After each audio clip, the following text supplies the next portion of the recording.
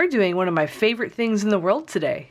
Doing art for money. We're doing a commission today for someone on the Dragonclaw Games Discord server named Haley. Haley asked me for a drawing of her pug, Tootie, who up until recently I have been saying Tootsie, like Tootsie Rolls, and I've been saying Tootsie for months and nobody corrected me. She didn't even correct me. There was no one gonna correct me, I was just gonna keep saying Tootsie. She did ask for her pug to be in the same drawing as a dragon, the dragon that I did for the Slowtember challenge with the Monstera plant, I believe it's called. The only difference was that she wanted the dragon to be the color of Tootie's harness, which is like a pink and a black, which I later found out was more of a burgundy color, but by then I was already invested in using my bright neon pinks and I wasn't about to change my mind. As long as she's happy, that's all that matters with the commission. Make the client happy, who cares how much pain you're in. As a matter of fact, I'm recording this probably a month after I finish the drawing, so she already has it. I just forgot to do an intro.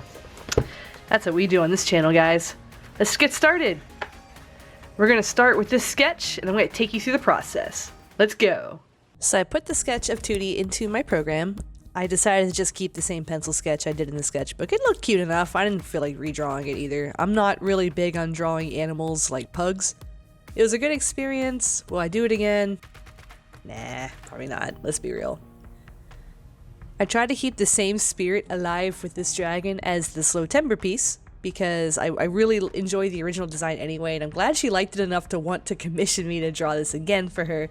Only difference is the color, which is fine. I try to keep it playful, I try to keep it fun. Definitely not a realistic pet portrait kind of deal.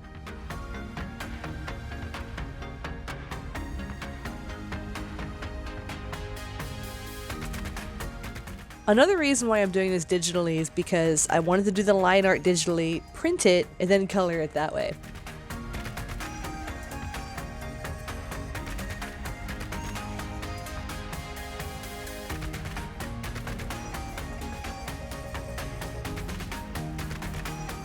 So now the sketch is finished. I showed it to her, she loved it. I threw a little bit of color on there real quick just to make sure I had it right, and she liked that too.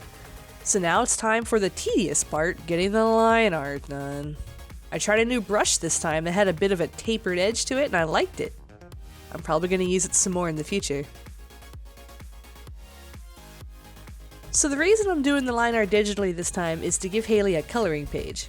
She didn't ask for it, but I remember a while back she said she liked coloring pages, so I don't know why that just kind of stuck with me. I wanted to give her a copy of the line so she can color it herself if she wanted, and I'm also going to print it and color it from the printer. Inkjet ink will not bleed with markers. That's a thing. However, you will see there are exceptions to that here in a few minutes. I had a lot of pain, a lot of suffering with this drawing, and I'm angry about it still while doing the stupid voiceover. Urgh!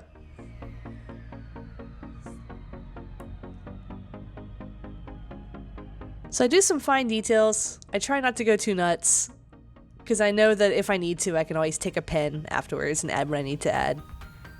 Add a little bit of line weight variation and make it a little bit more interesting. I didn't go too nuts with this drawing, like with the scales and the super fine details, because again, I kind of wanted to keep a bit of a cartoony, lightweight, fun feel. By the way, I will never do a pet portrait again. There's a lot of stress behind making Tootie look like Tootie, and I don't think Tootie looks like Tootie. I think it just looks like a pug. So, mad respect out there to all my pet portrait artists. You guys, there's a reason why it costs so much to get a portrait of your pet, guys. It is, whew.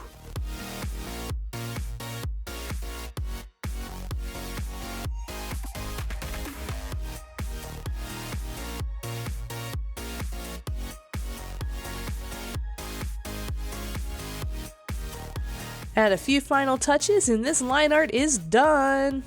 Looks nice and sharp and clean. Now let's go and print it and see what kind of damage we can do. I printed it on Bristol board, my favorite kind of paper for markers. It's thick, it's smooth. Try to swatch out my colors. I have this awesome setup with my Copics. Thank you, Kevin. Best Christmas gift ever.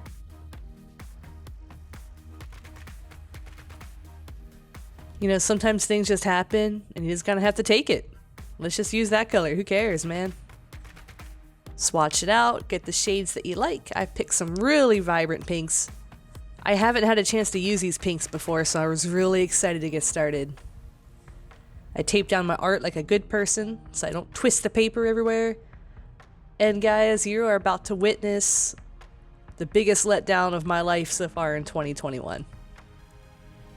I talk real big about how you can print line art on Bristol board and you can just use it. You don't have to ink with a pen, because inkjet ink doesn't bleed with marker until it does. And then we are left with this.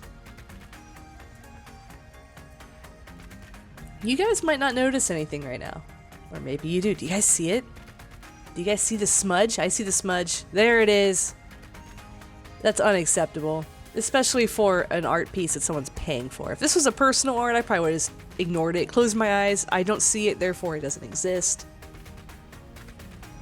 Once I got to the second paw, I'm trying really hard to avoid the lines. I thought maybe I could just ignore it. I can move on. I could just be super careful. Because this paper is amazing for blending markers, but you know what? Look at that. Oh my god. This is a fail. This is a massive fail, and I don't have any other paper I can print this line art on. Look at this. I ruined my marker to prove a point that this is the worst I've ever experienced with this. And this isn't fresh ink either. Like, this dried for a few hours before I finally used it. Super frustrated. Oh my god. I printed this on copy paper, just plain old copy paper, just to prove a point that this ink will not smear with markers, and I went nuts on it. And on copy paper, as horrible as that paper is for markers, it didn't smear. So why is it smearing on the Bristol board? The paper that I actually need to use. Back to the Bristol board, maybe it was just that one marker I was using, so I tried the darker pink, and it still smears. Oh my god. I was so irritated, but I had an idea. I printed it one more time on cardstock. This is the cheap cardstock. You can buy it from any office supply store. You can buy it from Walmart. That's where I got this from. It's not the best for markers, but it's way better than copy paper. And it wasn't smearing this time. So I thought, okay, I have no other choice. I have to use this cardstock. So I decided to just go with it.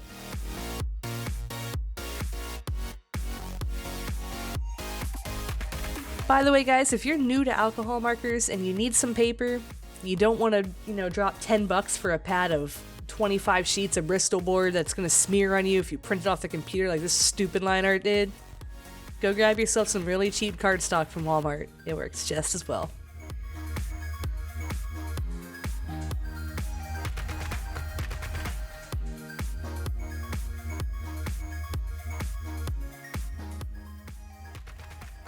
Much better. Much better. Now we can move on with our lives and start coloring this bad boy. I'm not going to talk too much for the rest of this video though. I'm sure you guys are going to miss my voice. But I just want to show you the process real quick. There's not a lot to talk about. It's a lot of pink.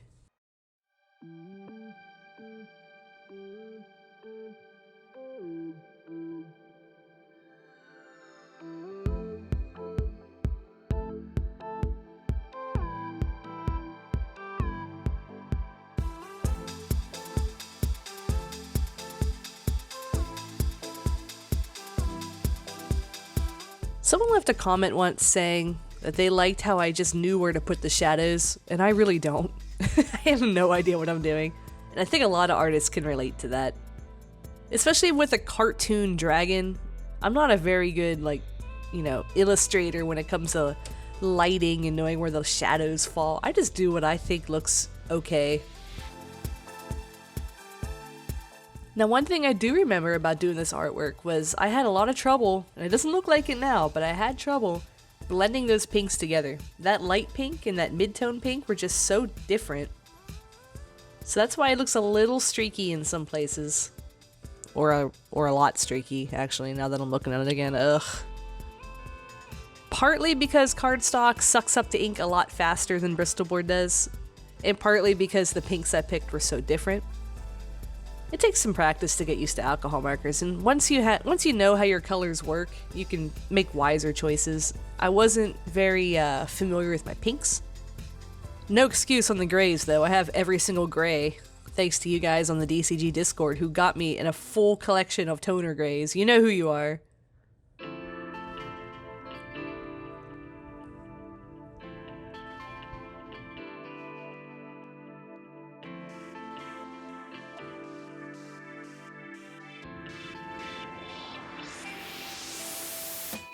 Can I just say real quick that I'm very happy with how these neck scales came out, because that was an experiment I decided to do on a whim, how I shaded it, and it just turned out perfect.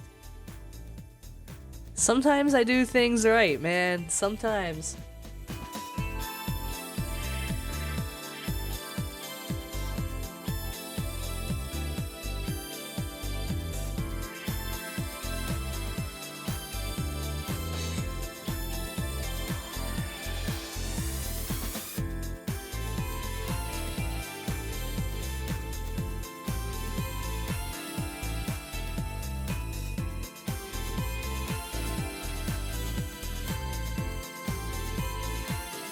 Now it's time for a part I was kind of nervous about.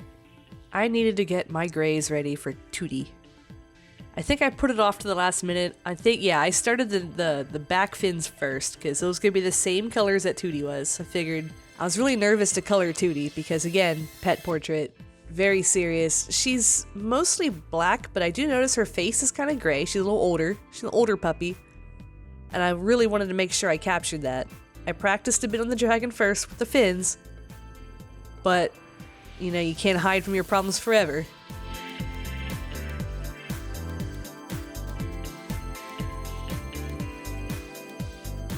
Honestly, the first time ever in my life using the brush tip like a brush with the strokes. Normally, it's kind of new for me still, because I grew up with a chisel and bullet tip.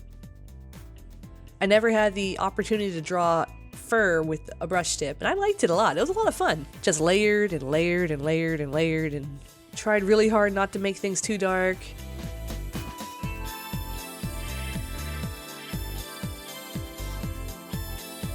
She's a little one-dimensional right now, but I have an idea. You guys are going to see that here in a bit, how I finish this art.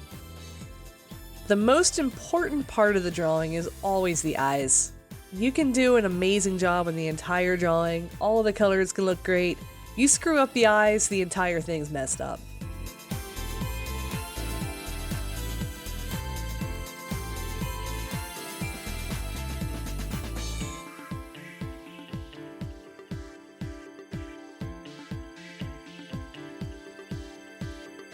You know I love details, so I decided to add a bunch of scales to the dragon and try to give it a bit more interest, a bit more contrast too. It was kind of flat. You can see I still can't get over those pinks, how dark that one pink is, how light the other pink is, but you know, you get so far into a drawing, you just can't stop, man. I couldn't like start over. But now here's the part I was talking about for Tootie. She's not done yet. As a matter of fact, I got a lot of work to do on her still. I break out the good old color pencils, sharpen them in my candle jar lid, because, what, you don't have a candle jar lid? You should. Now let's get interesting and make Tootie look like an actual dog.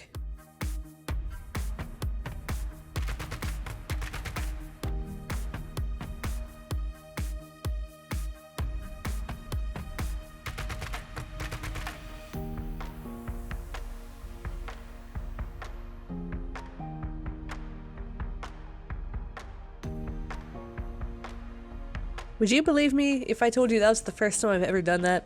It's true. There's a lot of first times on this channel.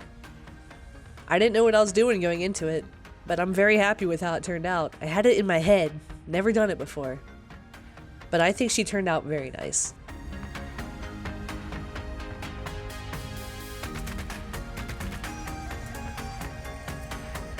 I went through the dragon a bit, adding a bit of, you know, final touches here and there to give it a bit more contrast, nothing too major. But there's one more thing I have to do to this drawing before it's finished, and that's finish those eyes. This can easily be the most nerve-wracking part, because if I screw up those pupils, this entire drawing's toast, man.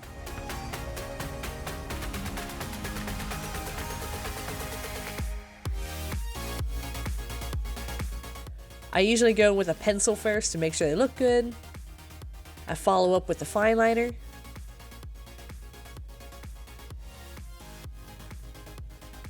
Then I either fill it in with the fine liner, or sometimes I will fill it in with a marker, or in this case, I think I do both. I do a little bit of black, then I go with a darker color to fill in the pupils, and we are set. Get a little sunbeam on my hand because it's the afternoon. I've been working on this all day. Let's add some white to bring the drawing to life. They are dead and lifeless until this happens.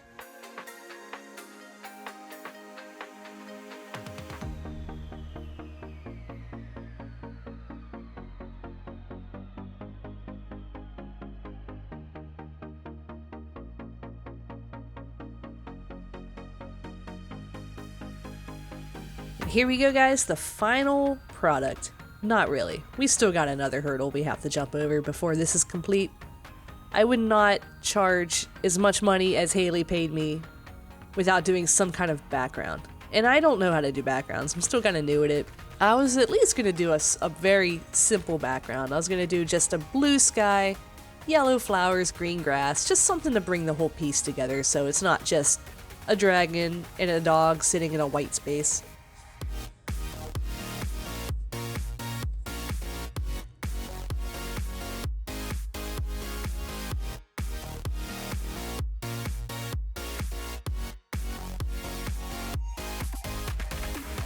This part did take a while, having to get all the blues. I didn't want it to be too streaky, but I didn't want it to be too flat either. A lot of trial and error doing this, and I think it came out okay. Again, didn't want it to be too dramatic, didn't want it to be too obvious, didn't want it to be too detailed. Just something super simple in the background to bring it to life. Not to mention pink, yellow, blue, and green. Man, they all go together super nice.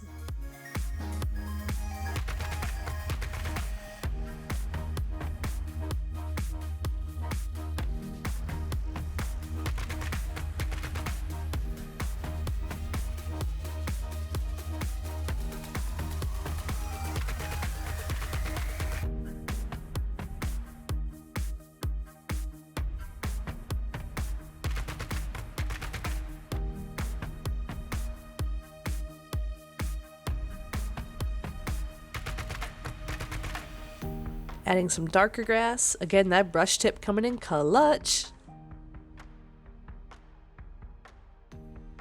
And just like that, guys, we are finished with my very first major marker commission. At this point of recording this, Haley already has it. It's been mailed to her. She's already paid. Everything's done and finalized. She loves it.